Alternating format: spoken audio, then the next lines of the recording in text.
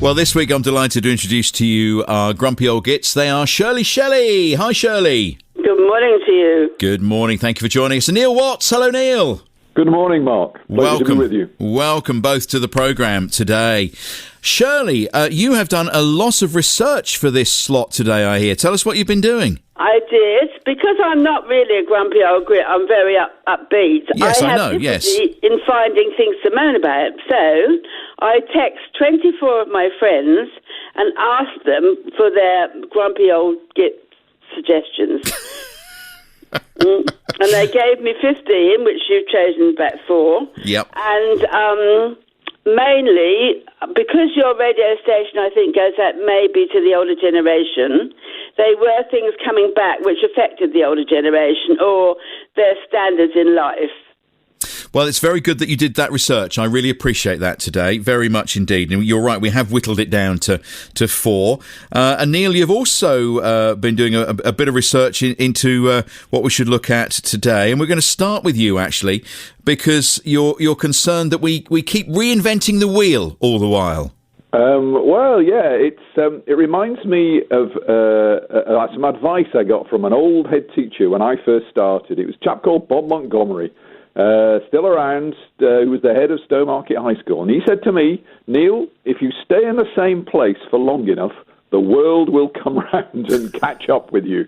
and I couldn't help thinking that, because I was listening to Mary Evans, the county council lead, telling you all about the new provision for children with special educational needs in the county, which is great. Don't get me wrong. However, when I was head from 1988 to 2009, there was a systematic dismantling of provision for children with special education in Suffolk, which certainly with somebody like me with a son with a learning disability, systematically opposed, but nonetheless the juggernaut wheeled on and it was largely disposed of. And now here we are in 2021, and it's all coming back again. So Bob was right, wasn't he? And it applies to so many things. Think of fashion, Mark. How much of your clothing is now coming back into fashion? It was worth keeping it in the wardrobe after all. Well, sadly, not much of mine, Neil. I don't know about Shirley. Is any of your fashion coming back, Shirley? Oh, wonderful, yes. The trouble is I can't get it on. I've got what I believe in is never throwing away a tie. So, Neil, I have kept every tie that I've ever owned, including my old Northgate school tie. And the one I'm waiting to come back is from the 1980s, was a little yellow, leather, not yellow, little leather, thin tie that was very much the fashion in the 1980s, and some had piano keys on, but I never went down that route. Little leather tie. I keep waiting for those to come back. I've not seen it happen yet, but one day. I remember those ties. Well, I tell you what, it's now back in fashion. If you kept the thinner knitted ties, they are now very much in fashion. Are they really? The ties have gone, but they'll come back in about 5 or 10 years' time. But the narrow, almost textile knitted tie is now, you'd be very cool wearing that. Trouble is, nobody wears ties any day. We could grump about that, don't you? I mean, when I go off for work, I'm used to putting a shirt and tie on. But these days, if you're allowed to go back into London and you wear a shirt and tie, you're very uncool. Yeah. Do you think a man should wear a? Do you think a man should wear a tie, Shirley, or are those days over? I do like to see it. It does give them an importance, gives them an aura, and also we used to have cafes years ago. And we used to have a gentleman come and empty all our machines, the gaming machines.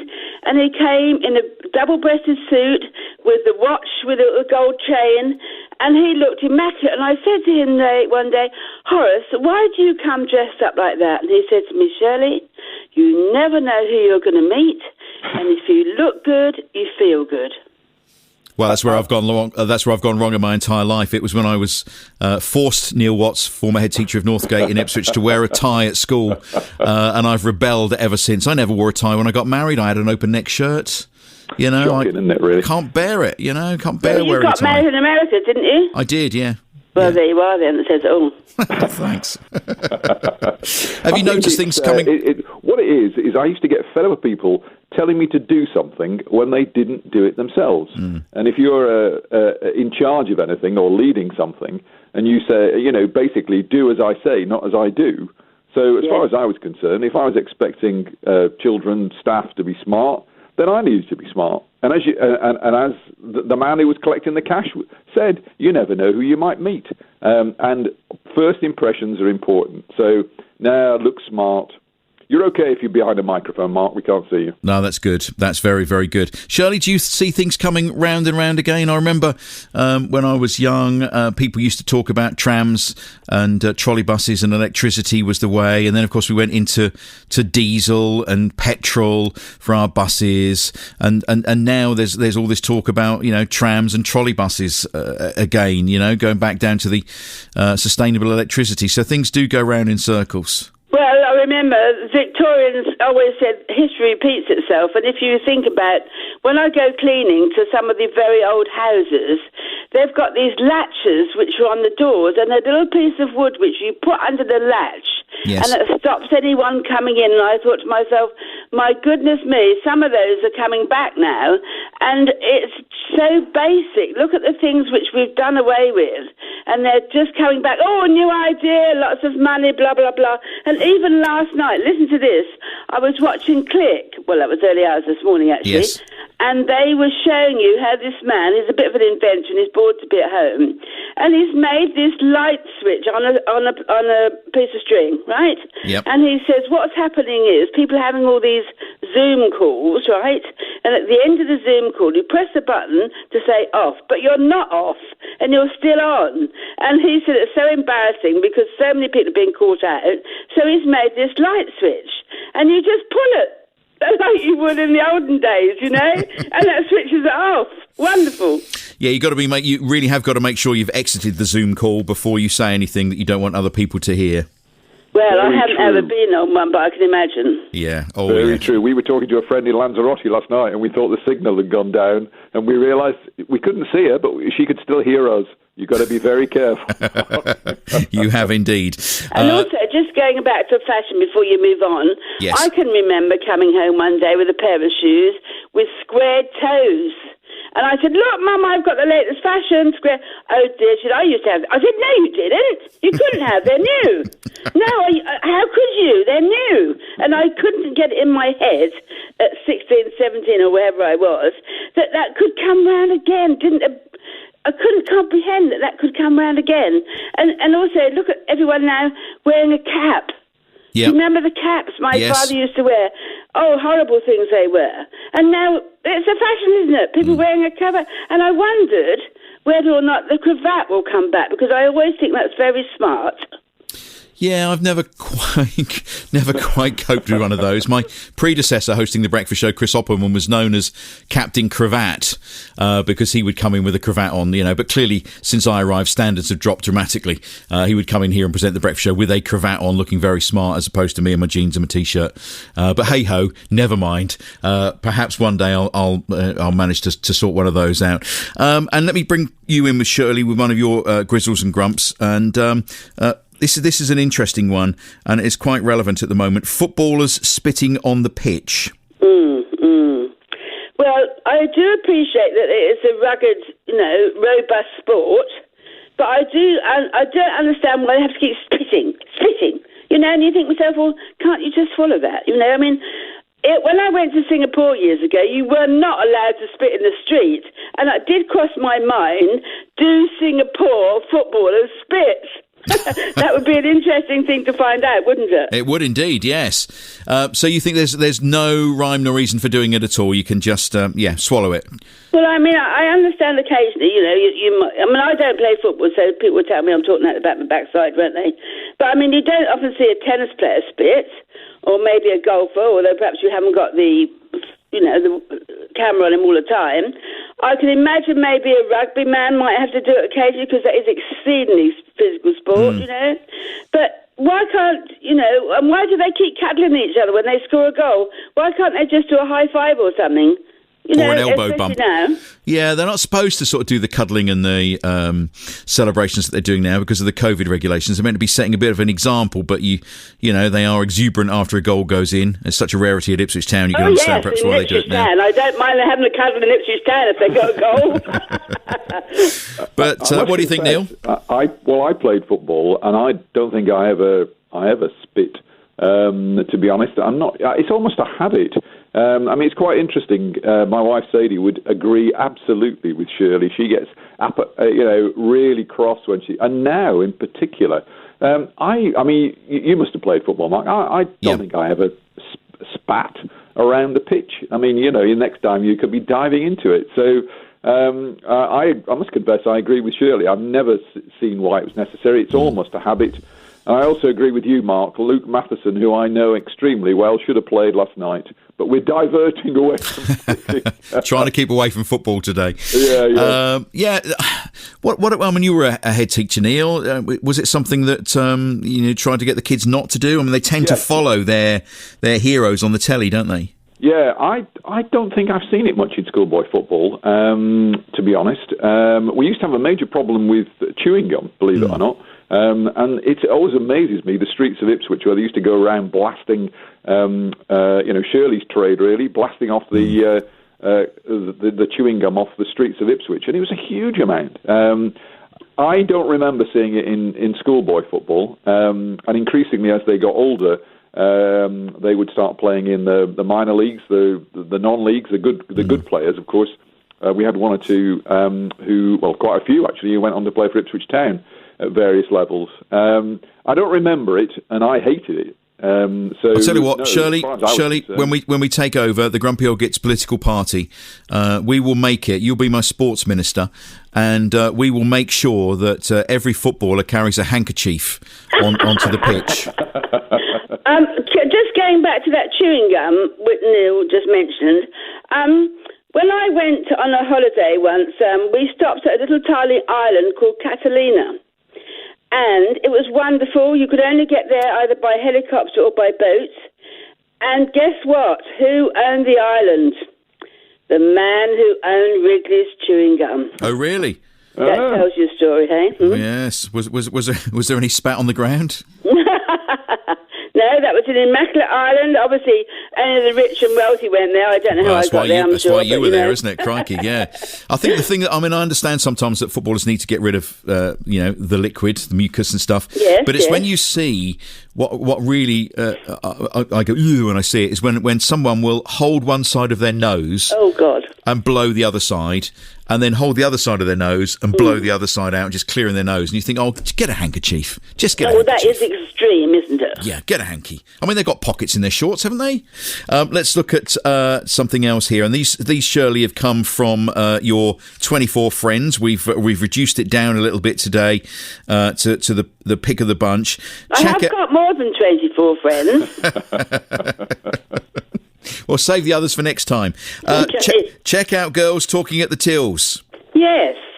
Well, we haven't been to the shops very much for a long time, have we? Or I haven't. I've had to stay at home.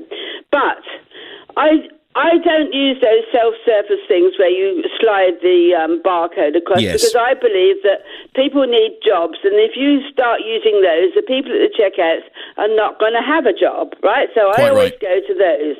But it is most annoying when you're queuing up, and there is queues because there are lots of people want to go to those checkouts, they keep yapping, chat.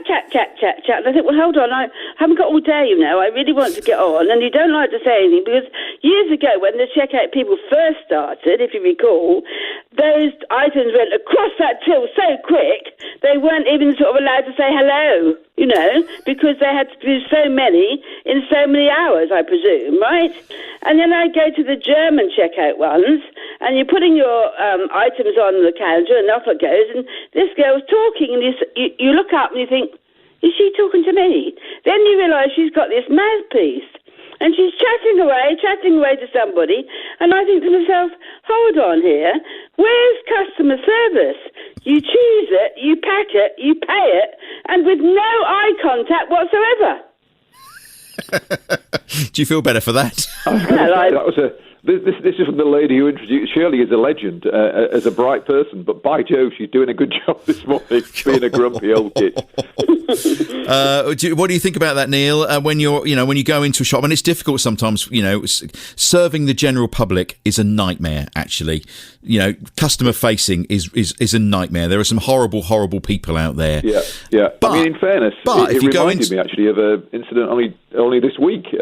when we listened very carefully to the BBC Radio Suffolk weather forecast and decided that instead of going shopping on Monday, we'd go on Saturday. So dutifully, we went off to our local store, Tesco, in Stowmarket, who've done a great job, it must be said.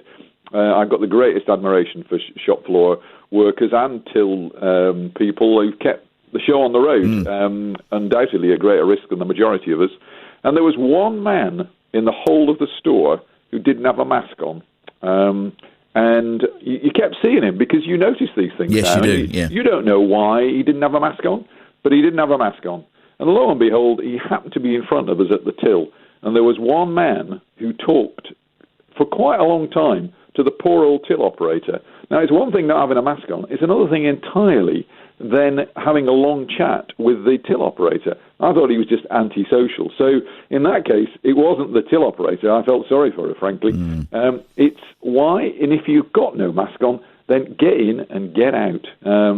It wound me and my wife up no end. Yeah, I can imagine. So, yeah. Did you say anything, Neil? Did you tell him? Well, no, I didn't. That's the thing. Then that's not good enough. Yeah, I mean, there was a security guard on, in fairness, at Tesco, in fairness to them. But even I, who am I've been known, I was once at a Take That concert in Birmingham, just after the Manchester bombings, and they were making us queue outside, and there were two women who parked their car and joined the queue just as we were going in. And I actually said something, much to my wife and son's dismay. But I said, hey, hang on, we've been queuing for an hour.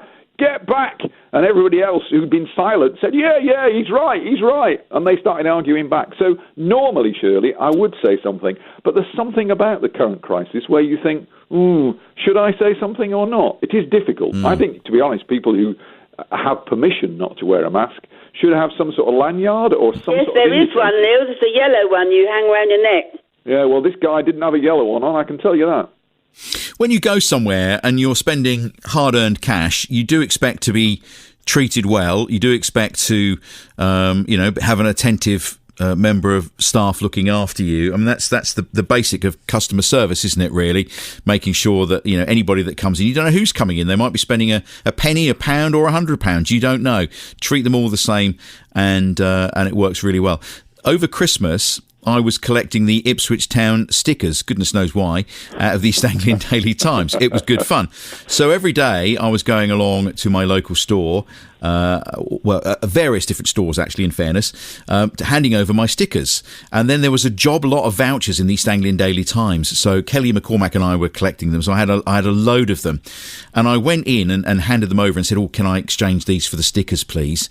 And the woman behind the counter said, well, I don't know about that. Went and got someone else, and they started having a conversation about me. Why has he brought all those in? Why has he got so many? Why has he brought them in now when we're so busy? And I said, hello, I'm standing here. Hello. And it was just unbelievable. They were just like, and I just felt like saying, well, don't bother, then I'll go somewhere else. But it was the only place they were doing them, so I had to stay. Well, that's in complete contrast to Coombs Forward newsagent, who have kept going throughout the pandemic and always have a smiling face. I think probably, Mark, they were just so amazed that somebody wanted so many Ipswich Town stickers. No, it was like I was an interruption to their day. And I said, look, I am here, if you don't want me. Anyway, beside the point. Look, it's Neil. Can I just get back in there, please, Dick? Yes, of course. Neil, did you not teach your children at school to have eye contact with the people they're talking with and a good handshake? Yes. In fact, I know head teachers who would rule out candidates at interview because the first thing they would do is shake their hand, and if they haven't got a firm handshake, they would mark them down. So I'm never quite sure I was as bad or good as that, but yeah, definitely. Eye contact is very important. Indeed. And it gives you assurance that you're talking to somebody, they're taking in hopefully what you're saying, right? And I'll tell you another thing, you can tell a lot of people a lot about a person by their handshake. And I had a advisor come to my office once, and he was doing investors in people, and he shook my hand, and I thought, and then during the day I said to him, you're in the building trade, aren't you? And he said, yes. How did you know that? I said, by your hand. He said, really? I said, yeah. I could feel it. It was rough. And he was amazed. And it is, you can tell things from people. I mean, I do teach people to have a firm handshake if they can. Some people don't wish to, but I do think when you shake someone's hand or even talk to them, let's have some eye contact. Let's see if the brain is, working. Are you listening to what I'm saying? Shirley, I'm looking at you right now. We've got eye contact, but there's no way I'm going to shake your hand. And there are an awful lot of people who have said that because of the pandemic, they will never, ever shake someone's hand again. Even when we've been vaccinated and hopefully this thing is that they won't shake people's hand. So there is a real worry that we'll be bumping elbows and stuff like that in the future instead of handshakes.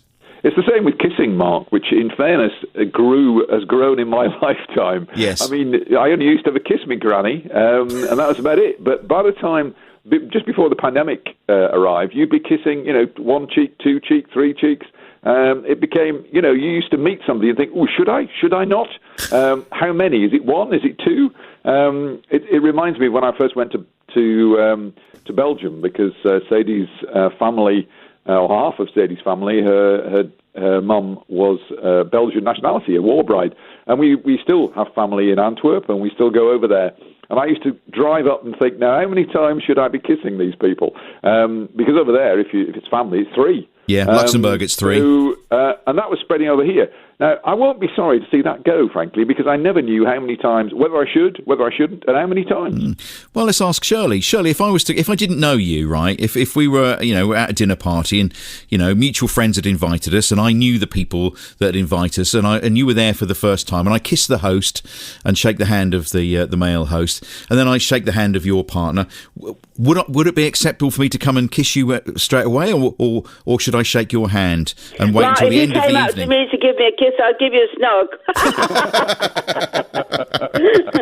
But to be honest with you, I look at people and I think this 2 and 3 kissing thing, well, what sort of skin have you got? What sort of spots have you got on your face? Good point. Neil, let's talk about parking your car. Well, yes. I mean, going back to the good old Coombs Ford News Agency, who has been awarded, I'm delighted to say, Making a Difference certificate. Excellent. And conveniently, just outside, just along from the shop, there's a car parking space for 2 cars. Now, if you are a social parker, a considerate parker, you will either park at the front of the parking space, allowing somebody to park ahead of you, or if you're really considerate, you'll do an extra few steps and park at the front end of the car parking space, thus allowing somebody to roll in behind you. So 2 cars can park. What a joy, what consideration. But there are some people, Mark, and you find this all over the place, where there is a double space. And what do? They park very inconsiderately, slap bang in the middle. So you can't get a car in front and you can't get a car behind. Whoever those people are, be more considerate. Oh, considerate parking. So many Facebook groups are full of photographs of vehicles that have been parked very, very poorly. The trouble is, Neil, the bays aren't big enough. So we need bigger bays. It's like garages. They were built in the 1950s and the 60s to fit a little Austin A40. And likewise, the car parking bays, they're not fit for purpose for our bigger cars now. I know you're talking about width as well as length. Yes. Isn't that right, Shirley? Yes, because you see, if you're like me and possibly like Mark, if you've got a car and you open the door, you can't bloody well get out. And if you can get out when you come back... You can't get in. You can't get in. Well, there's nothing worse than getting back and seeing a dent on the side of your car. That's another story altogether. The first dent... Well, once you've had a few, you get blasé about it, but... there are people I know who park their car at the most distant point of the supermarket car park just to avoid getting any contact with anybody else. Yes, I can understand that, and Mark will say the same. When we had our sports cars, Mark, remember? We used to have to park right at the end where the garden is, so you could open the big door over the garden so you could get out. Remember? Yes. I still do. Still do. Having a 2-door car is not brilliant, I have to say, getting in and out for my size. I must confess, I once drove into I was once awarded the privilege of parking in the BBC Radio Suffolk car park. Never again. That was just so tight. There's so many posts down there. And in this sort of weather, it must be a nightmare. Do you park in there, Mark? Not normally, but I have done over the last couple of days because of the snow. Normally, I'm one of the first in the building, so I can pick of the spaces. But you do realise that an architect with extremely high wages got paid to design that building, don't you? Shirley, you got one more. You can either do small writing on packets or packaging. You choose. Oh, well, I think, they, to be honest with you, they'd almost go together, don't they? Yeah, quite possibly. I mean, I think the packaging thing is annoying because you're trying to get something open and it's so well stuck down you can't. If you have tried to get a toothbrush out of a packet, you've almost got to have a sharp item to break the plastic. Yes. And I had to laugh at this. Listen to this. What about the days when we had packets of 3, going back to the 80s. Can you imagine if they were difficult to get open, how many pregnancies we'd have now? So what you're basically saying is that the manufacturers of condoms make them very simple and easy to get into, and we should take a leaf out of their books for other packaging. Darling, I don't know now because I haven't had used it for a long time. Do you struggle, Neil, with opening packaging? I have an assistant. I'm lethal. Me and my mum are famous in our family for, we don't open pack, we sort of rip them really. But I have a wife who was brought up in a convent. You see, convent school, not in a convent, right? In a convent school. And if there's any difficulty in terms of opening, I pass it over to Sadie, and she is a legend. I mean, I'm the man who opens resealable packets.